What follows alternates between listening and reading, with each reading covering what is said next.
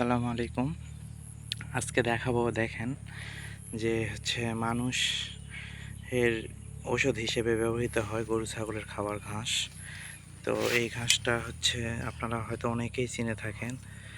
এই ঘাসটা এটা গরু ছাগলের জন্য যেরকম উপকারী, মানুষের শরীরের জন্য সেরকম অনেক উপকারী। এই ঘাস এর রস যদি আপনি বেটে খাইতে পারেন তাহলে আপনার কোমরের ব্যথা, বাত ব্যথা, জয়েন্টের কোনো সমস্যা, হৃদরোগ, বিভিন্ন প্রকার শারীরিক ত্রুটি সারিয়ে তোলে এই ঘাস।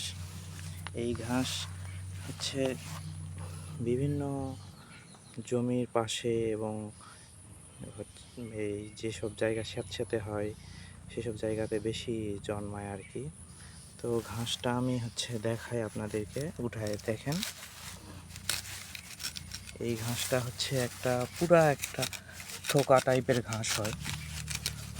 তো এই যে ঘাসটা আমি উঠালাম, এই যে ঘাসটা ভালো করে দেখলেই আপনারা হয়তো চিনতে পারবেন। এই যে এরকম ফুল হয় একটু, এটা একটা প্রচণ্ড উপকারী একটা ঘাস। এই ঘাসগুলো না এখন অনেকেই চাষ করতেছে, কিন্তু এই অরিজিনাল, এটা অরিজিনাল একদম দেশিটা।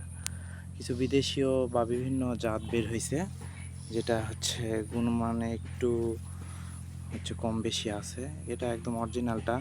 এই ঘাসটা যদি আপনি গবাদি পশুকে খাওয়াতে পারেন তাহলে এটা প্রচণ্ড একটা উপকারী। গবাদি পশুর রোগ প্রতিরোধ ক্ষমতা বাড়বে। তাছাড়া যেসব শারীরিক দুর্বলতা আছে সেগুলো কাটিয়ে উঠতে সক্ষম হবে। এবং মানুষেও যদি এটা রস করে নিয়মিত খেতে পারে, আপনার শরীরে জয়েন্টের ব্যথা এবং শরীরের বিভিন্ন প্রকার রোগ নিরাময় করবে এই ঘাস।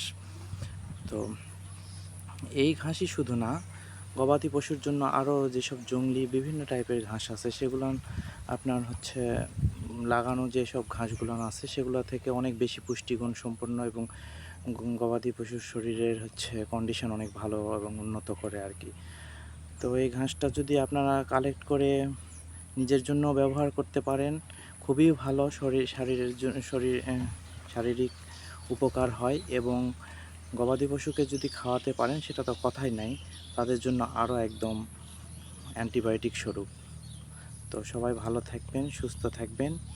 আর যদি মনে করেন এই ঘাসটা কালেক্ট করে নিজের জন্য এবং আপনার গবাদি পশুর জন্য ব্যবহার করতে পারলে খুবই ভালো আর কি। আসসালামু আলাইকুম।